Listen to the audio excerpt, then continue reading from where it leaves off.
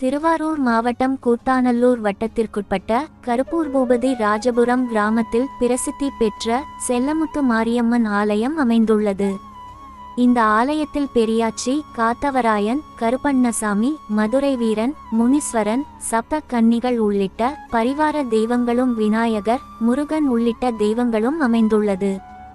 நூறாண்டுகள் பழமையான இந்த ஆலயத்தில் ஆவணி 2ஆம் ஞாயிறை முன்னிட்டு உலக நன்மை வேண்டியும் விவசாயம் செழிக்க வேண்டியும் திருவிளக்கு பூஜை நடைபெற்றது. இந்த திருவிளக்கு பூஜையில் கருப்பூர் பூபதிராஜபுரம், மேலமணலி நாகராஜன் கோட்டகம், புனவாசல், நொச்சிக்குடி, அறிவலூர் போன்ற சுற்றுப்புற கிராமங்களைச் சேர்ந்த 200க்கும் மேற்பட்ட பெண்கள் கலந்து கொண்டனர்.